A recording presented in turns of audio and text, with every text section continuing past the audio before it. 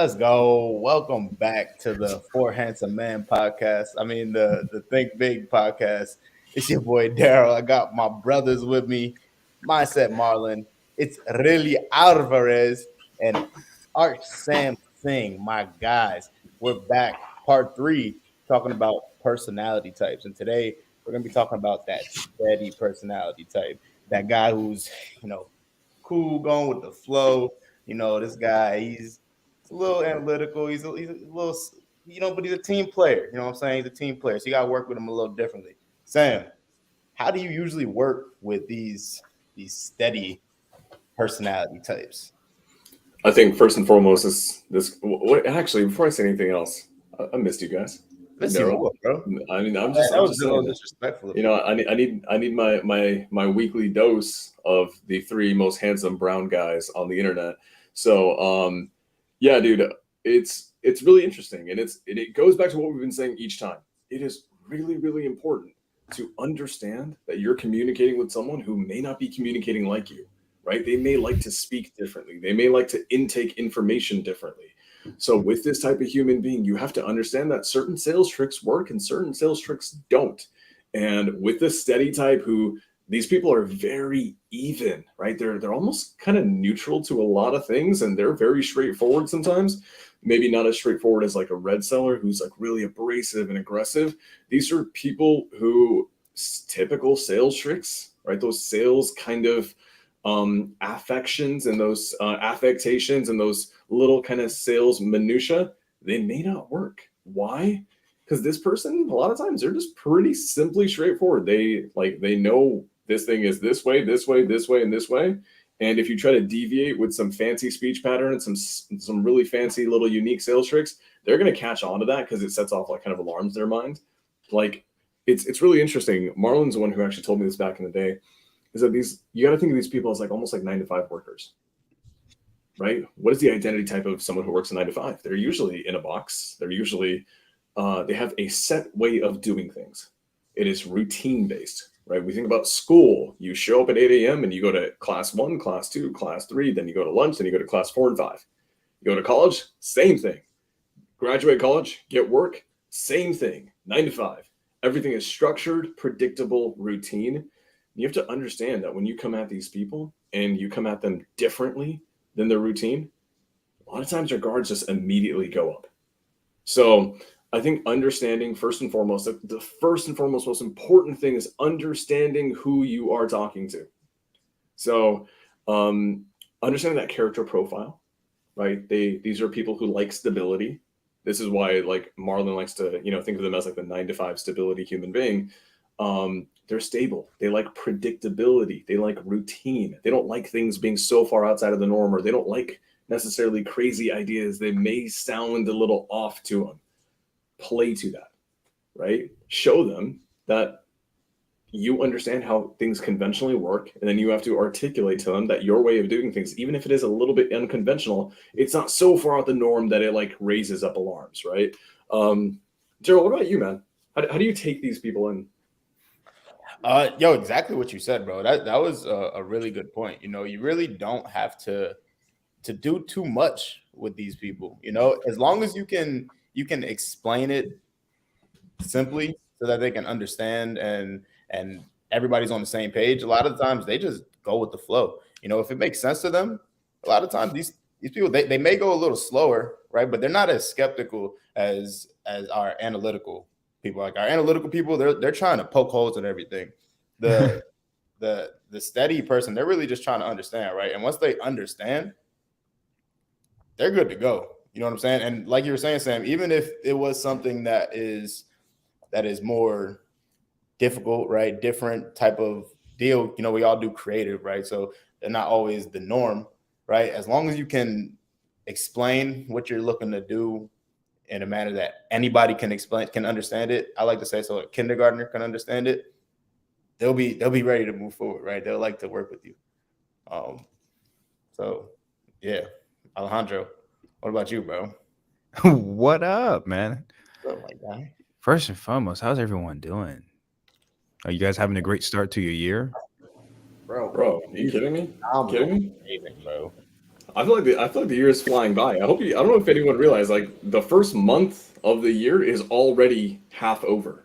We're almost there, We're bro. almost there. January is almost gone, guys. So I hope you guys I have been hitting your calls and hitting your dials and hitting your numbers, because like, a lot of people are still caught in that. They're still mapping out the new year.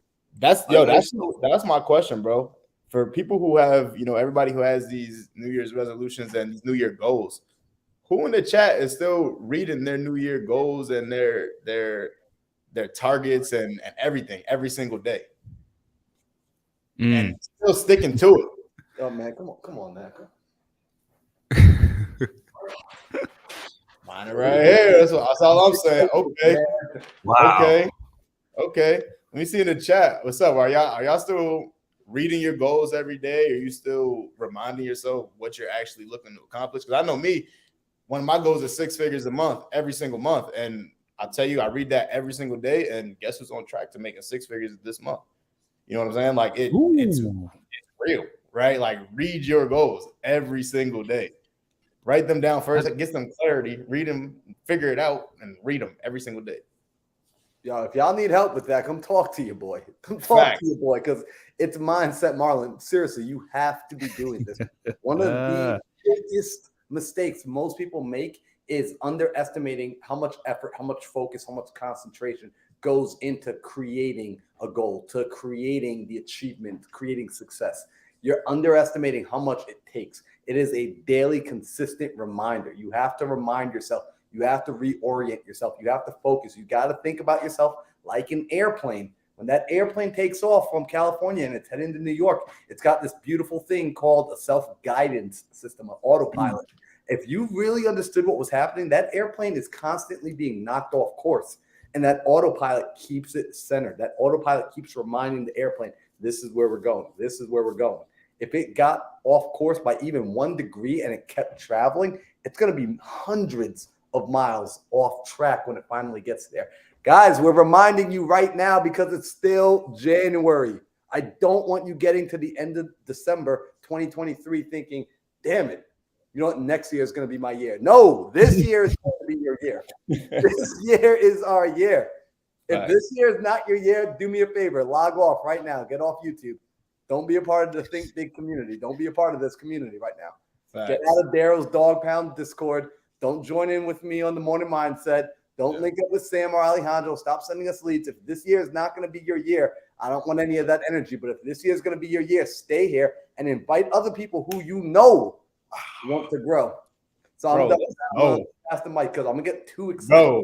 Yo, Marlon, we just had this conversation the other day, bro. Marlon straight told me like we're at dinner and Marlon's like, yo, how much money did you make this month?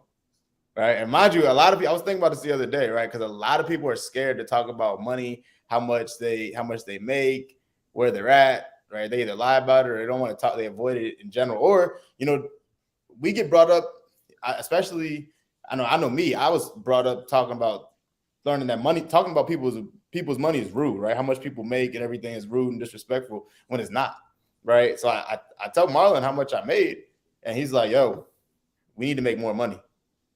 We need to make more money. He's like $1 million. Being a millionaire is unacceptable. Not being a millionaire is unacceptable, right? I messed that up. My fault. We need to be millionaires this year, right? So we need to be making more money. And this is like he just said, bro. This is your year. Stop freaking taking days off. Let's make it happen. Can I say something? Yes, please. Marlon, you and I did something really crazy last year, the month of February. What did we do? What did we do? 6-figure February. We did 6-figure February. And anyone that's been under a rock and hasn't been following me and Marlon and the boys for a certain amount of time, just know that month, Marlon and I, before that, Marlon, had we ever done 6-figure months before? Not even close. Nope. Nope. Nobody. Nope. And guess what we did? In front of about 300 people, we went live and we said, in the month of February, and we weren't planning it, just someone had some mindset issues. They said they don't think a 6-figure month is possible for them. So what did we say? Excuse my language, but we said, fuck that. We're going to do 6 figures in the month of February. 30 days later, 35 days later, when all the dust had settled and the deals had closed, Marlon did 6 figures. I did 6 figures the first time ever. And guess what? It only happened. And before that, did we ever think that was going to happen the next 30 days? Probably not. But what happened? We made a public proclamation. These are one of the most powerful things that I've learned about myself to keep myself on track, to keep myself accountable, is we don't like to talk about money. Why? Because we don't want to admit to ourselves when we're not doing everything that we could possibly be doing. We don't talk about things publicly because we don't want to be accountable. Accountability and social accountability is one of the most powerful things you can have. So it doesn't have to be on this, doesn't have to be right here on this YouTube. It should be, but in your circle, with your peers, with your loved ones, the people that you say you're doing this for. If you say your why is your wife and your kids, then your wife and your kids should be hearing a proclamation from you saying that you're going to do 6 figures this month, and hold yourself to it for their sake. Because if you don't, they're not your why. Period. So with that being said, and Marlon's right, public proclamation will take you to the next level 1,000 freaking %. I don't make them at all. I actually don't make them very often, but when I do, they're very calculated, they're very intentional, and I know, like, in my mind, in my like soul, I feel it. I want to say something really big and really bold publicly in front of 200, 300, 400 people. I know that if I do that, I have to follow through, and if I don't, I lied. And then the last thing I'm gonna hit on, this is something that Daryl Ellison talked about a while back. Daryl is super smart in saying this, that self-confidence comes from one thing and one thing primarily, and that is, are you keeping the promises you made to yourself? When we look at people in our lives who flake on us, who say they're going to be somewhere and they don't show up, and they do it consistently, we don't have confidence in them. If you make a public proclamation, if you say that you're going to do this, keep that promise, not to everyone around you, keep it to yourself for your own sake. And what's going to happen is you will find a new level of yourself. You will find out that you're capable of doing so much more than you ever thought. And your ceiling went from a 6-figure month to now it's a 7-figure month. Now your next public proclamation is going to be huge. And if we do, Marlon, I don't know about you, man, I just wish we did that shit sooner. I wish we did that like 1 month into my real estate journey. So with that being said, because otherwise we're going to go for 20 hours talking about this, because I think we're all fired up right now. Let's get talking about steady sellers. And it's funny because these steady sellers completely have the energy opposite of what I have right now. So I have to bring it down. I have to bring it down like I would be talking to these people.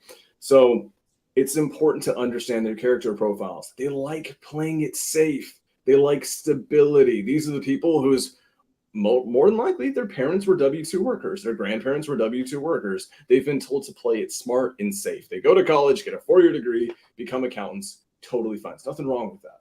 Just know that they've been conditioned their entire life to view communication a certain way. When new ideas come to them, they want them to be predictable, guaranteed. They want them to be safe and stable. So when you're communicating with them, you have to keep that in mind in every step of what you do. When you're doing discovery, and let's start with one of the basic points of one of the basic points when we're talking to sellers is this. Step one is what? Let's see if we can honestly build some legitimate rapport, right? Learn and remember this, guys. More often than not, people want to talk to people who they feel they can resonate with, they can connect with. We feel like we're birds of a feather. There's a reason that me and these 3 guys get along so well, is because we're extremely ambitious. We talk in very similar ways. There's a lot that like connects us. When you're doing that and you're trying to build that rapport with them, just know that this seller may want things to be drawn out very straightforward, very safe, very predictable, very in the box. Don't just immediately hit them with out the box types of speaking, out the box ideas. What's going to happen if you do that is alarms will raise, red flags will come up, guards will come up. And then once those guards are up, it is very difficult to start getting them down to rebuild rapport. So in my opinion, when you're doing the rapport phase with these people, you want to take it slow, steady. They're steady sellers, so let's take it steady. Daryl, you're one of the smoothest rapport builders probably in the industry. In the industry, period. When you're dealing with rapport building with a stable, steady avatar, how are you going about that, man? In general, bro, I go about it, rapport building all the same, right? I really go about friends. Like that's my main objective on every call, is to make a friend. So with somebody who is more steady, I'm gonna take it a little bit more slow, right? But always, right, when we're talking about rapport, we're talking about building credibility as well, right? How do I show credibility and make a friend at the same time? You know, so it's little things, right? Like I may say like something just separating myself from the person that assigned the lead to me, right? So like if I have a lead manager, I'll say, hey, you spoke with my assistant. You know, like that's building rapport to me. You know, I don't know if that really answers your question, Sam, but I build rapport the same way with every seller. You know, it's provided some sort of credibility, showing some trust in me that I actually do this business, and I try to make a friend, right? So I try to make them laugh as much as possible, right? And with a steady seller, once you get them to trust you, they're going to share a lot with you, right? They're going to be a lot more open with you, and a lot of the times, you know, they just have to trust you, right? They just have to understand you, and they'll open up. You know, I think that this is really important, guys. It's a life lesson that I think we've all heard several times in life. And there's some of the best closers. They really understand this, and that's not a seller isn't typically going to remember what you tell them. They're going to remember how you make them feel. Yeah. Right. That's what stands out to them. Their decision on whether or not they're going to talk to you and, you know, air out the dirty laundry with you and like really kind of show you what's really going on is not dependent on the sales tactics you use. It's not really dependent on the lines or the one-off lines that you use. It's really dependent on how do you make them feel. And with these stable sellers, you have to make them feel safe, right? You have to make them feel safe, or they're gonna have their guards up. So when it comes to that, Daryl, I want to highlight something that you said that's really important, and this goes for all types of sellers, but it's something that you are amazing at. And the idea that you pointed out is you're going to try to match them, right? This goes back to a sales technique that we call mirroring. And mirroring is one of the most powerful things you can do, especially with this type of person, because I like to think these people, they're not necessarily introverted, right? But introverts kind of like staying in their box. You know, they like staying in their box with how they approach things, with the things that they decide to do or take on. When they are speaking to other human beings, they kind of like other people who aren't outside of the norm. Like I know me, and I know I have an intensity to me. I know Marlon has so much energy he can run through a brick wall sometimes, right? And it's the way it is. It's the way it is. So with us, we may have to, I think maybe sometimes slow it down a little bit. I may have to loosen up. So it's like me being, and this is so important, guys, to be self-aware, right? At the end of the day, we all have our own personality traits, our own inherent tonalities and pitches and the way that we speak. For me, I speak rather intensely. When I'm dealing with this person, I want to be an authority. I want to sound convincing and like I know what the hell I'm doing, but I also want to be a little bit softer. It's important, in my opinion, to audit yourself and to understand what do you bring to the table and how you're communicating and what do you need to do to get the intended effect. So for me, I know to loosen up a little bit. When I'm dealing with this type of seller, I'll actually slow down a little bit and I'll speak a little bit softer. I'll typically start talking with my hands just a little bit more.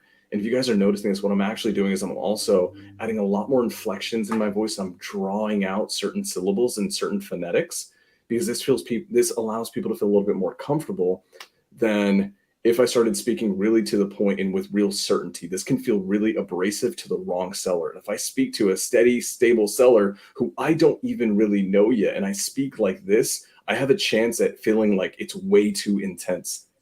Guards go up. I like Daryl's version of doing things because Daryl is so smooth. It is hard to have a guard up with Daryl. Like Daryl is filthy smooth. So, I mean, I'm actually really curious. Alejandro, you're extremely smooth too. You're a sniper. How do you go about handling these sellers, man? How do you go about, let's just say this. How do you go about building trust with these people? Ooh, I mean, what I always tell my acquisitions, and how I do it myself, honestly, I just pick up the phone and just have a conversation with another person.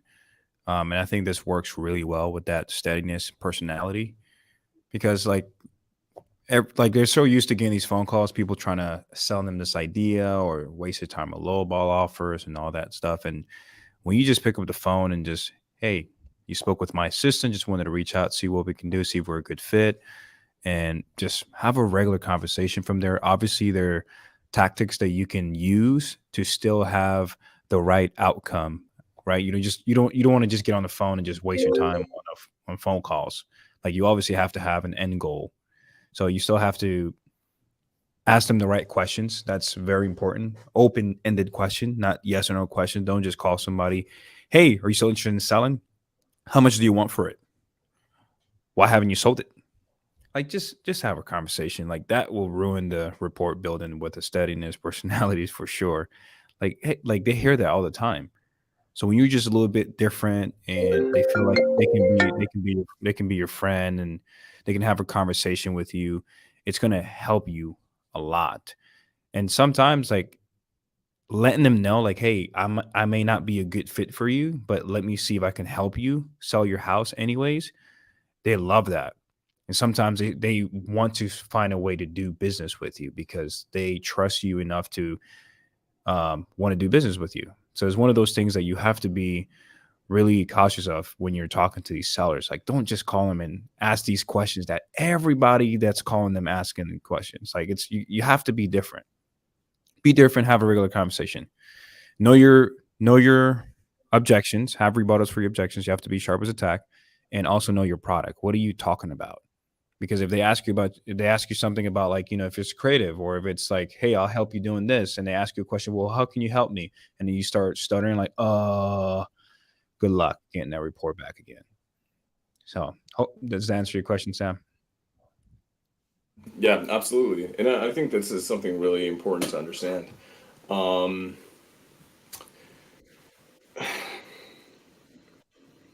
Sellers have different personality types.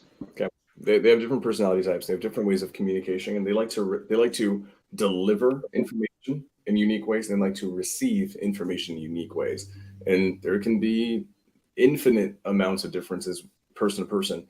As a closer, when you guys are on the phone, it's important for you to understand what is your way of communicating too. It's not just knowing what they like and what works for them and working only to work with that. A lot of times you also have to ask yourself, hey, what's sustainable for me? How do I like to communicate? What is something that I enjoy doing? And so we all, like, it's really funny because this goes back to the red seller. This goes back to this seller as well. But let's take the red seller, for example. I think all four of us had different approaches on how to handle a red seller. So what does that show you? There is no one right answer. There isn't. Yep. The right answer is simply a combination of a few factors. Is it sustainable for you? Are you enjoying yourself so you don't hate life talking on the phone so you can pick up the phone and keep dialing after? And then 3, does it feel genuine and authentic? Why is that really important? It's probably the most important one, because if it doesn't feel genuine and authentic and you're putting on an act, you're going to hate yourself. You're going to hate the prospect of doing it. You're going to hate the industry, and you're not going to keep doing it. So what's really, really, really important is, I know we're highlighting all these different ways. Just know this, guys. There's 4 guys on the screen. We all have unique ways of talking to people. There's a lot of similarities, but there's a lot of differences. We have a lot of similarities in understanding how to approach them, but we have a lot of differences in delivery. Marlon and I have privately talked about how he and I are very, very, very similar, but our delivery of information is polar freaking opposite, probably. Now, that's a good thing. It's an important thing. Guess what? Marlon's a great closer, and so am I. You guys are all equally good closers. You just need to find what works for you. And this is the same as, when we look at like creative finance offers, a lot of times people will come to us and they'll say, hey, can you call my seller? I'm like, cool, what's going on, seller? Well, they're ready for an offer. What does that mean? What is your situation? What do they need to happen? What's going on in their life? Let's find out what they need.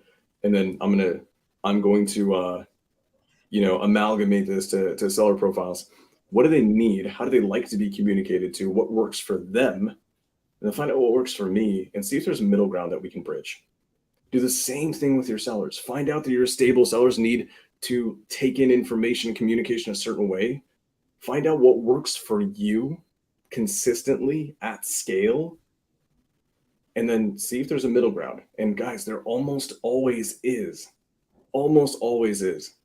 So that's just something I wanted to say. I think it's really important to say. So for all of you guys, there's 4 guys on the screen with 4 different ways of doing it. Just know that each one of you has your own different way of doing it too.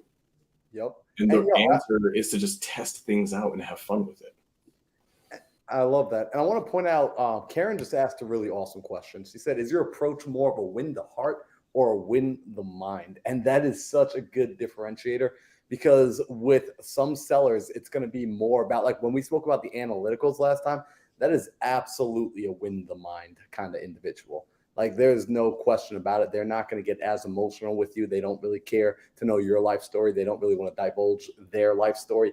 With these individuals that are a little bit more steady, what you're going to find is, like Alejandro said, it's going to be a bit of both. You're going to be winning their heart and their mind. And most likely what they're going to do is they're going to put it out there that they want you to win their mind more than anything. They're going to put that as their defense mechanism, but you still have to win their heart. These people are scared. They value security. They value not getting screwed over.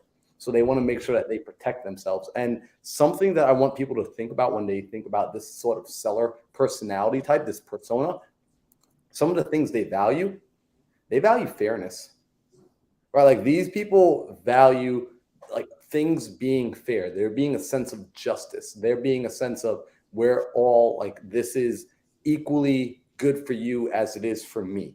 Right? Everyone should be equal. Like that's the world they live in, where it's like, yes, like fairness, fairness, fairness. So they want to get a good deal. And they're also open with you getting a good deal as long as it's also a good deal for them. So words that help you kind of open these sellers up into a new opportunity is asking them as you go through the rapport building, as you go through the deal structuring or the offer or whatever it is you need to go through.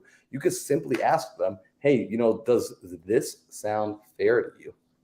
Does this sound like, like something that works well for you? And does this sound like it would be fair? Such a powerful word. Marlon, I want to highlight those couple of questions that you just asked. I want to get your take on this. The seller that prioritizes fairness, right, and ethics, and usually a fair bit of integrity. You ask questions, these hypothetical questions of, hey, does this work for you? Right. Let's recap what we just came up with. If I can give you this, this, and this, and you're okay with me making money on it, right? Because I got to make a profit. Does that sound fair to you? Right? What are these things, these questions, these precursor questions before you go for the official offer, right? Before you go for moving the conversation forward, these precursor questions, they're also known as upfront contracts. Upfront contracts are so important to these type of human beings. Why?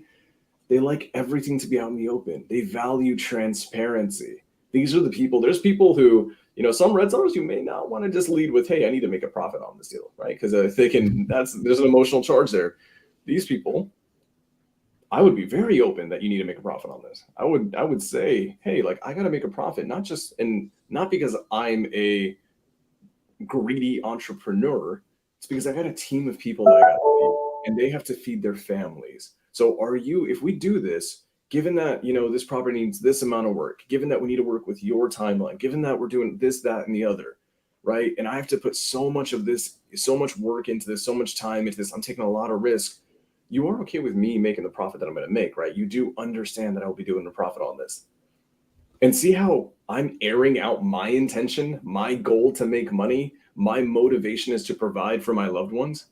They will take that information in as upfront, straightforward. That upfront contract is beautiful. And guess what?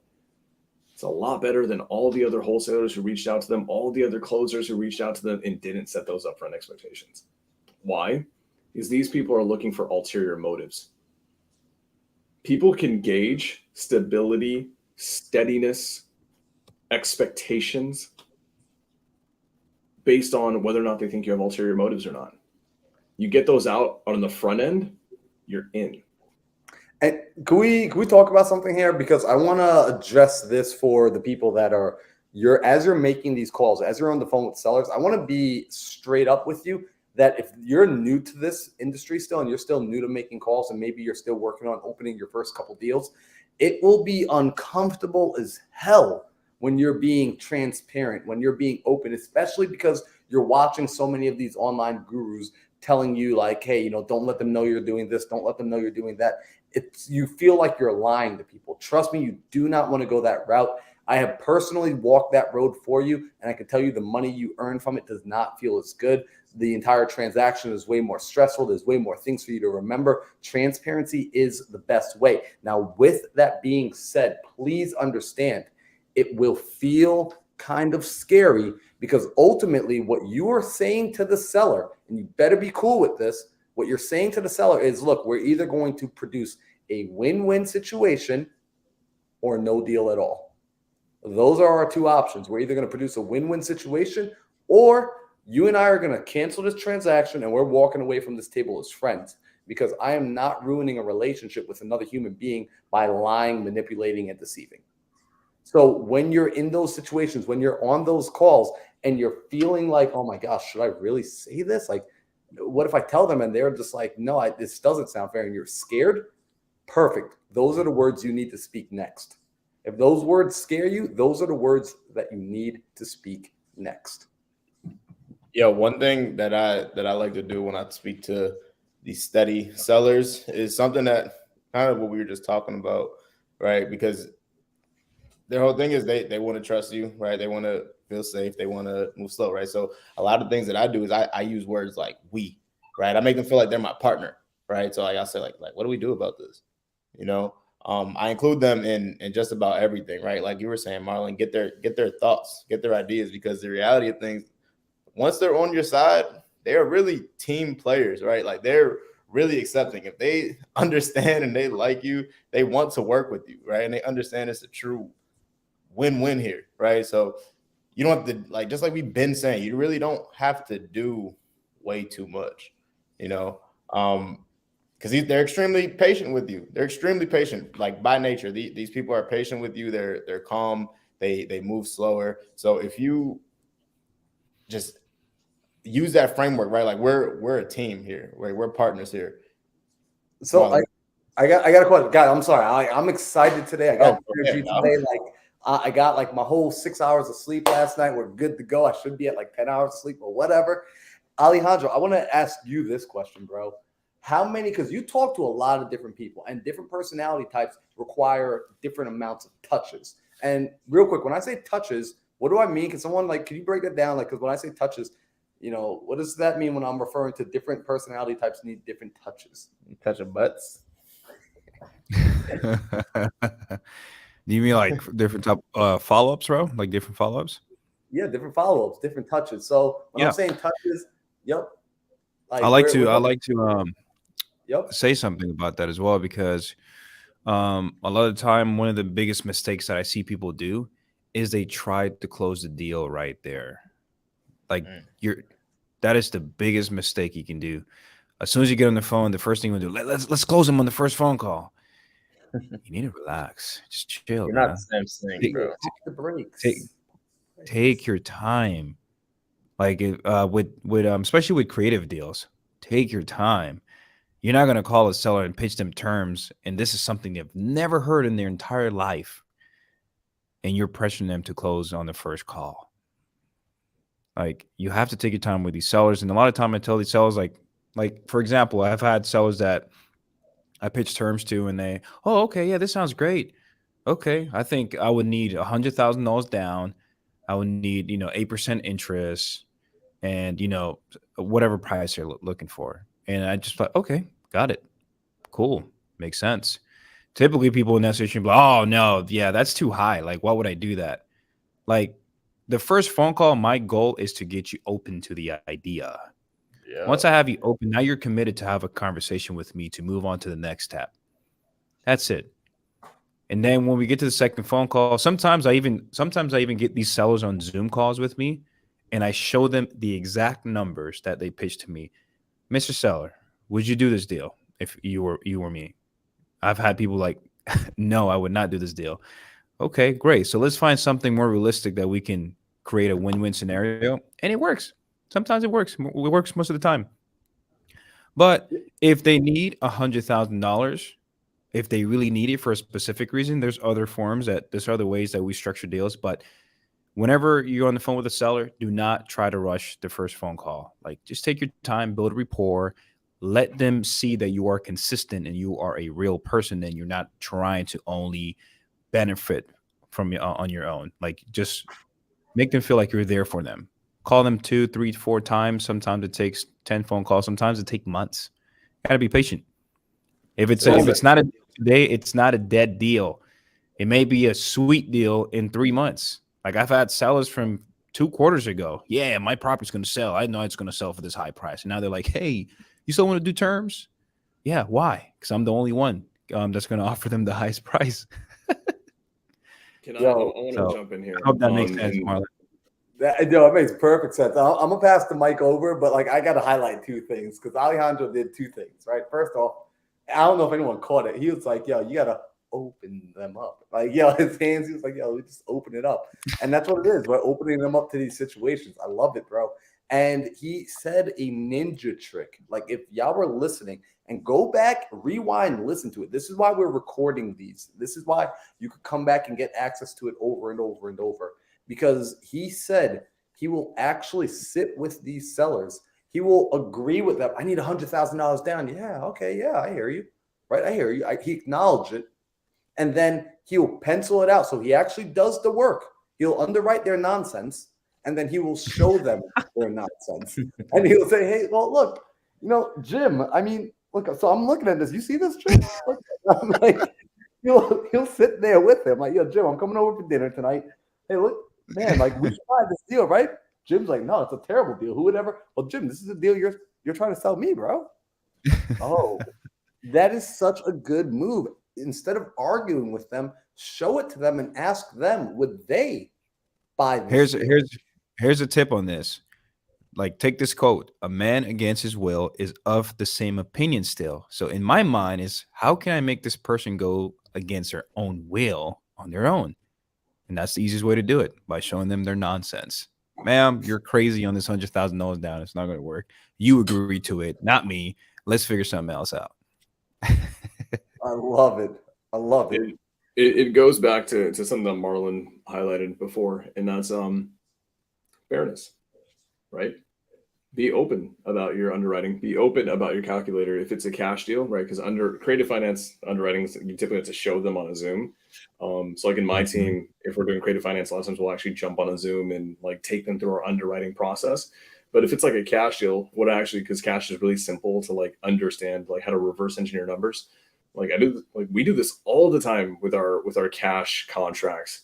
When we're negotiating back and forth, we actually have the seller like get their phone out, click on the calculator button, and say, Mr. Seller, what do you think your home's worth? $250, right? That's top end, right? If it's fixed up, great. So start with $250,000. Okay. You have to remove, if you sell it to anyone else, you have to remove commissions for realtors. It's about 6%, right? Closing costs, 1-2%, depending on where you're at, right? Let's just take off 10% to be safe, because we miscellaneous other stuff. Brokerages get involved, title companies, miscellaneous fees like HOAs want to cut XYZ. Let's take 10% right off the top. Your $250, boom, right off the top line, $25,000 that could have gone to your pocket's gone now. Okay.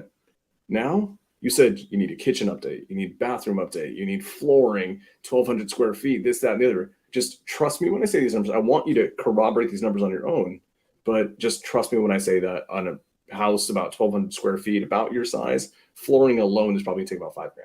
Okay. Let's reverse, let's subtract. Okay. And now you wanted, 200,000. I haven't even gotten a profit in yet. We haven't even factored in all the rehab yet. I'm already at 150 grand. Mm-hmm. So what you're doing is you're proving that you're not coming up with these numbers. You're not BSing them. There's no nefarious hidden ulterior motive behind it. You're just showcasing with simple logic you're kind of like throwing it in their face a little bit. And that is the fairest way to do it. That is the absolute fairest way to do it. And you would want them to treat you the exact same way. And you can actually throw this in their face. And I say this nicely.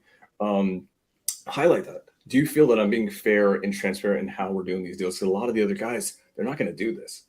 You can ask them to justify the numbers. They will not do this with you, but we'd love to. So that's one thing that's really important. I want to highlight something because this goes back to number of conversations. Alejandro gave the perfect the perfect answer to understanding what it's going to take, how many follow-ups it might take, because it's going to take a lot. The answer is a lot. I want to give a little bit of a different spin on it, because we're all four of us are closers through and through. We are, but we're also business owners. And the hat that we wear as business owners is different than the hat that we wear as closers. But a closer is a company. The business owner is the guy at the top who has to make all the decisions in forward pace. So this is something that I'm really good at, which is scaling. Scaling is kind of my thing, guys. And in order to scale properly, predictably, sustainably, you have to know what industry standards are. So for cold calling, the industry standard for how many touches it takes to go from a cold call lead the lead comes in to get it under contract is about 13. It's about 13, okay? With texting, it's typically a little bit more. It's typically about 15 to 20. There's a reason for that. Why? It's a little bit of a colder marketing outreach strategy. With something like inbound, right? Inbound like a PPC, which is Google Ads, which is very hot. These are people coming to you saying, hey, I want to sell my house. Give me a freaking offer. Here's all the things you need to know. That conversion rate typically looks about 1 in 10, 1 in 12. Now, these are standards, industry standards. You can boost all these numbers in your favor. How do you boost them? What are the Samsung standards? Better. Better. And so know the standards and know how to optimize the standards in your favor. And I want to talk about that, guys. The industry, everyone in the industry. Does the entire industry know creative finance? Hell no. Hell no. Most of them only got a shitty cash offer, and they just learned how to take the ARV, times it by 70% minus some form of rehab. And I don't know what rehab looks like. I don't know how to do any of that. And they didn't even learn how to comp right. So 1, get your underwriting on point. 2, learn better acquisitions and acquisition strategies and exit strategies. The more tools you have in your tool belt, like Sub2, like Seller Finance, like Novations, like Wraps, all of these things that you can do on the front end, or knowing that you have them as a possibility, you can sell this thing to a hedge fund, do an Airbnb, corporate rental, midterm rental, millions of different possibilities. The more possibilities you have, you take that industry standard of 1 in 50, or I'm sorry, 13 touches, right? You can actually shorten that timeline. Now, I will say this, creative financing, like Alejandro said, takes time. Takes time. Why? Typically, you're introducing a way of doing things that people have never heard of before. And like he said, right? A man convinced against his will is of the same opinion still. When you try to bring a new idea to someone that they've never heard of, man, it is tough. You have to walk them through it slowly. So anticipate that cold call 13 touches for a creative finance deal that's extremely extensive, like a hybrid, half Sub2, half Seller Finance with a balloon in 5 years, and maybe we're not doing payments for the first 6 months. That might take 20 calls. Might take 25. I've had deals where they were super, super easy. I've had deals where, like, full transparency, guys, inbound, right? So typically 1 in 10 conversion rate, 1 in 10 leads will turn into a deal with PPC. Those calls can sometimes be 1 to 4 calls. Like, we're very often hitting 1 call closes on PPC, but if it's creative finance, I'm not expecting it to be a 1 call close. Heck no. Now we're going to go 5 to 10 plus. So know what it takes for you, and then know what it should take everyone else. Because here's the thing, guys. I say this with love, right? But this is why we track KPIs. This is why we track stats in our businesses. If it takes you, on average, 45 touches to consistently get deals, let's work on our processes. Let's work on our sales. Let's work on our acquisitions. Let's add some more tools to our tool belt to figure out how we can get these things going. And while I have the floor, and I'm gonna pass the mic, I actually do want to take a moment here, and I want to highlight Richard freaking Knowles, The GOAT, who is not just an OG in this industry. He's a fantastic leader and a fantastic friend, and it's an honor to have you in the chat, brother. I miss you. I cannot wait to see you in a few months in SoCal. But yeah, I'm also one of the smartest human beings you'll ever freaking meet. You guys ever want to feel stupid in life? Go have a 5-minute talk with him. All right, Daryl, I'm gonna give it back to you, bro. Sam, I want to talk about what you were just talking about too, because a lot of people, they think that this is just overnight, right? Like, even the process yes, it's a lot of, it takes a lot of calls once you're having conversations with these people. Yeah, it takes like 8 to 13 usually to get a contract. But a lot of people don't even count the times of how many calls you need to make to even get these people on the phone in the first place. Like we have, I could go to my CRM and click on the lead, and you can just scroll, just keep scrolling for how many times we have contacted certain people and they just haven't answered the phone. You know, I this found isn't out. a get rich quick. I was Wow. talking about that this morning, if I may, guys. Just want to kind of give you something that me and my business partners were working on. We're having like one of those EOS meetings. I don't know if anyone knows what the EOS meetings are, but that's something that every time a lead touches a CRM, like there's this weird thing where like the seller doesn't answer. Like we've had leads that we've been following up for months, every day, text messages, calling, voicemails, different phone numbers, even emails if we have the emails sometimes. But we figure a way how to minimize that because our process is cold caller, then you got your lead manager, then you got your closer, and then you got your TC. So it's a process of like the sellers it's a process of your seller talking to other different people in the business. So whenever you have your cold caller, the cold caller knows the lead manager that's going to call that seller. So what we do, we create some urgency, and we have them save the phone number of our lead manager and the name. Like we wait on the phone, like, hey, this is the lead manager that's going to call you. His name is XYZ. Let's call him Joe. Here's his number. He's going to call you within 24 hours.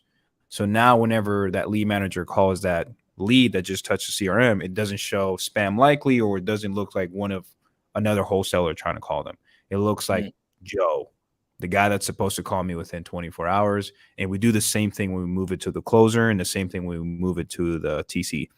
So that's what has been helping us, Daryl. So maybe you can try that as well. See if that works. But it's definitely going to minimize the amount of time that you have to follow up with these sellers. Because man, that is frustrating.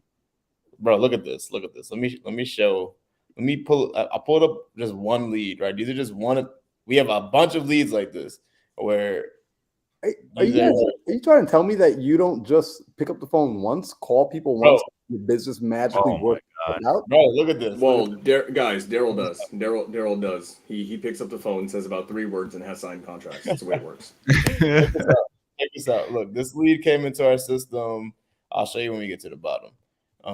But these are all the calls that we have made so far. Look at how much the little thing on the side keeps getting smaller and smaller. How far he has to scroll. Look at that. No, this is over 100 to a single person. Oh, bro, let me confirm. These are humans. Like this is like your acquisitions team call. Yes. This lead came to our system December 27th. December. So guys, wait a second. So we're looking at over 100 calls, and it's only been like 2.5, 3 weeks. Yep. Like, yo, do you see what needs to be done? Yeah. Yep. But it's borderline harassment. I'm not gonna lie. It's borderline harassment. No. I FaceTime these sellers too, bro. I FaceTime. I got to deal with that. FaceTiming. You gotta be obsessed.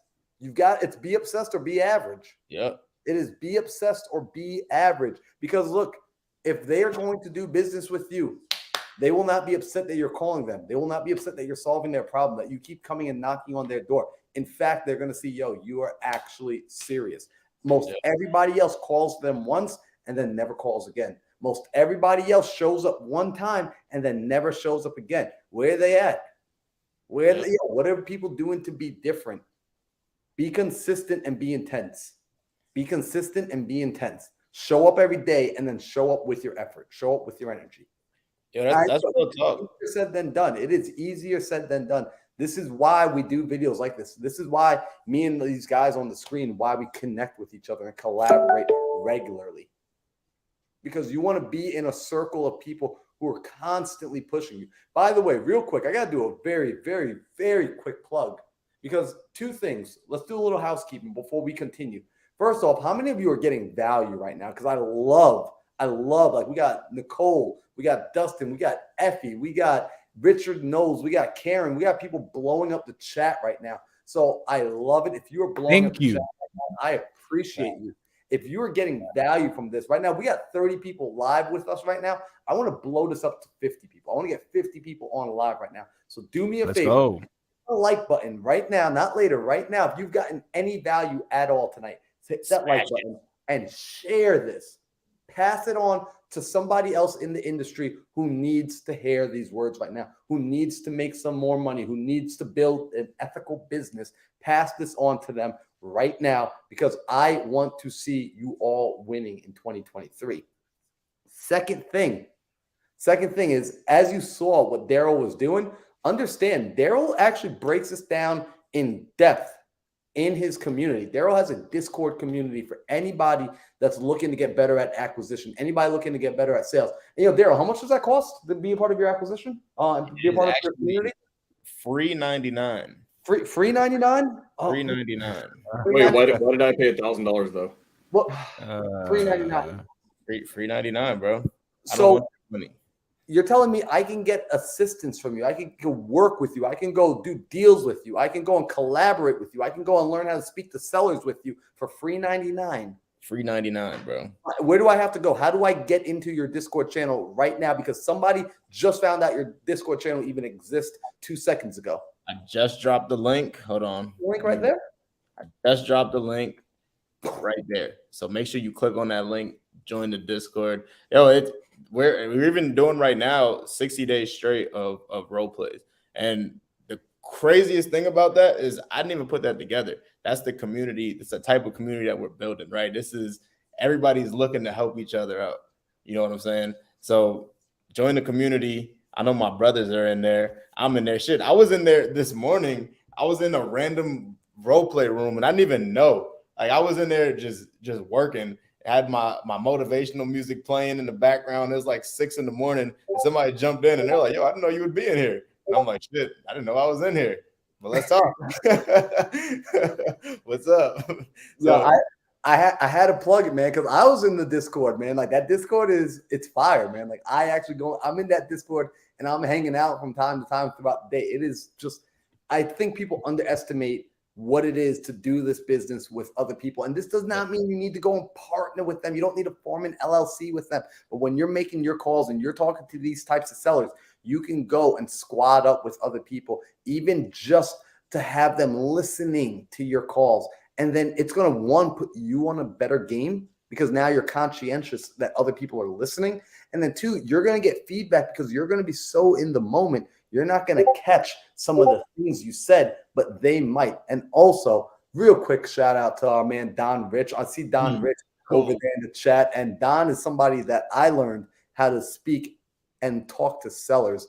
He taught me how to do this business in such a good way that I appreciate him so much. So shout out to Don.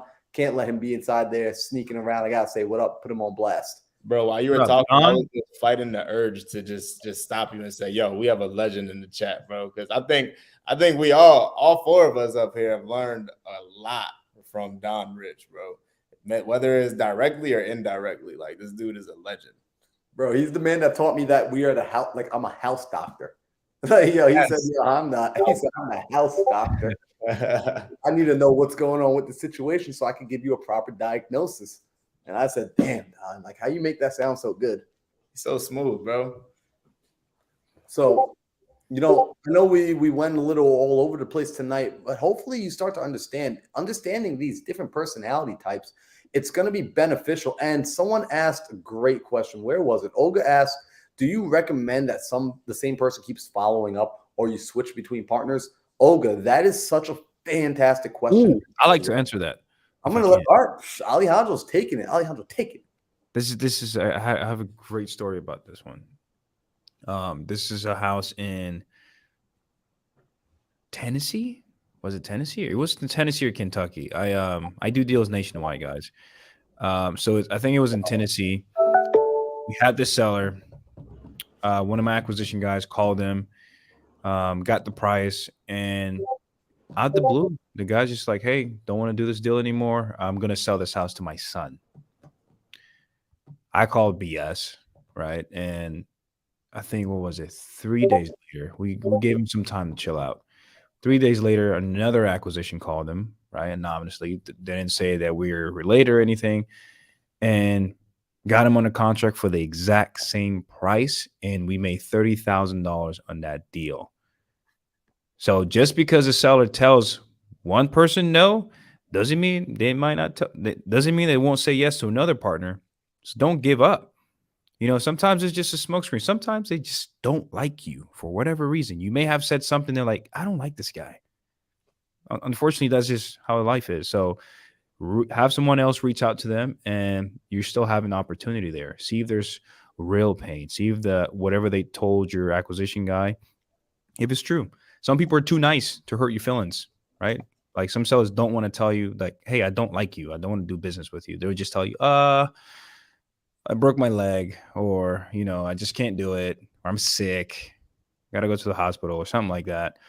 Smoke screen, right? This guy was all pumped up about it. And yeah, so keep following up, guys. Still opportunities there. My bad, bro. I didn't mean to cut you off. No, that's all right, bro. I wanted to tag in on that, though, because to your point, right, we actually have a deal under contract right now that looking to close in the next 30 something days.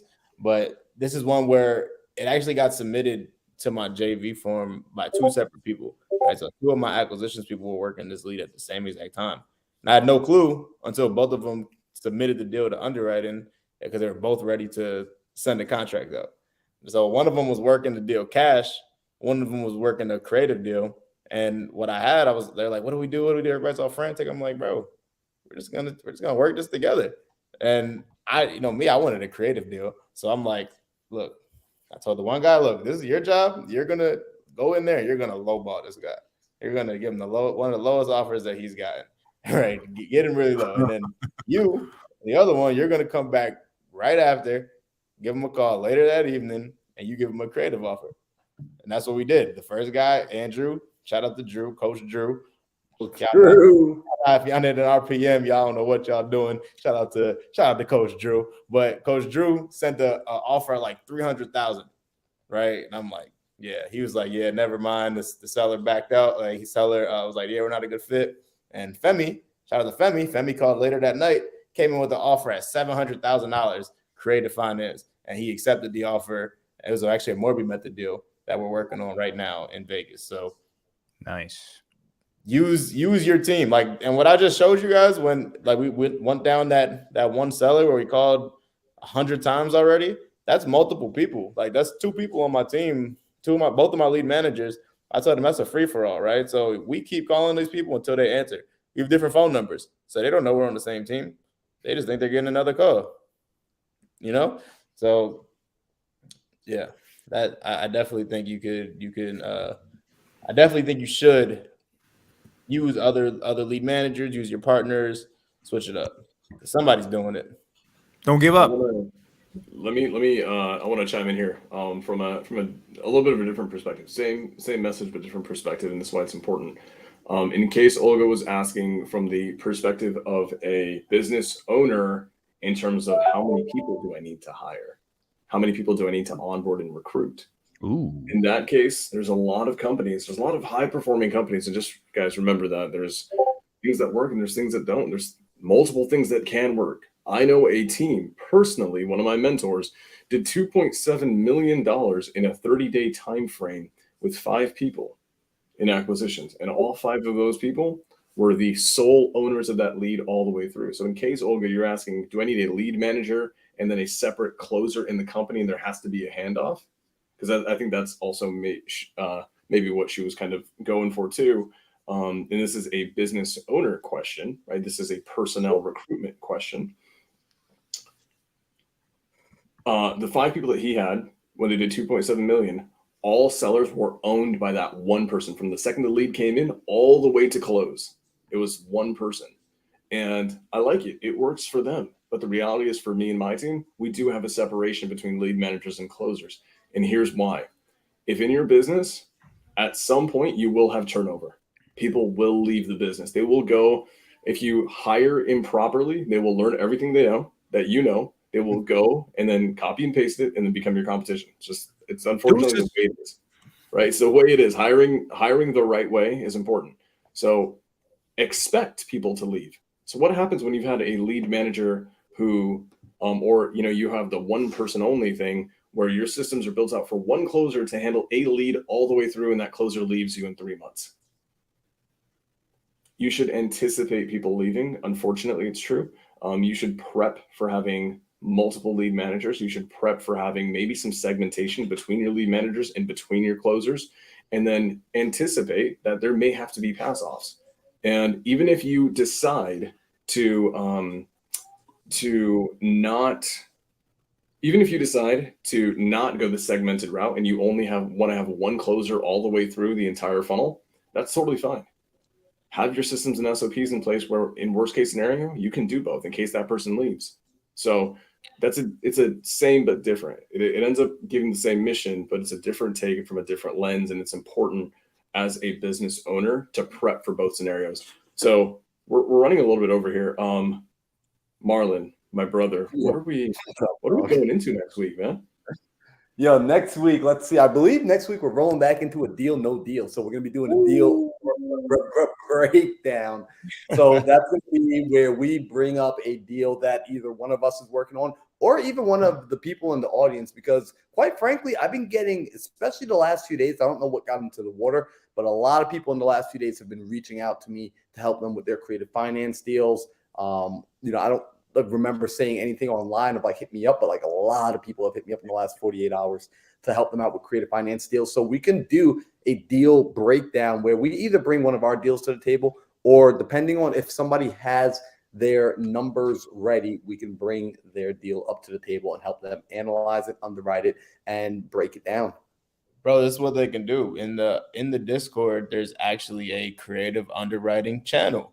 So if you go into the creative underwriting channel, start a thread, put the address and all the information that we need to underwrite it. That is the entry fee, the total PITI, right? All that information is actually in there, right? So all the information that we need is going to be in that to underwrite it is going to be in that channel. If you want us to underwrite your deal live, and we won't share the address with everybody, but if you want us to underwrite your deal live, submit it to the channel in the Discord, and we'll underwrite it live for you. Or buy it. And buy it if it's a good deal. If it's in Arizona, dibs. Yeah, just calling it. What up, Derek? Derek Barton. I think we need to start wrapping it up. Also, man, I'm a little nervous to ask. I think the answer is still going to be no. But do we have an outro yet, y'all? Like, have we thought of a cool outro yet? Waiting on some producers. All right. I heard D Easy. He got bars. I heard D E is going to drop some bars for us. Oh my God. Maybe.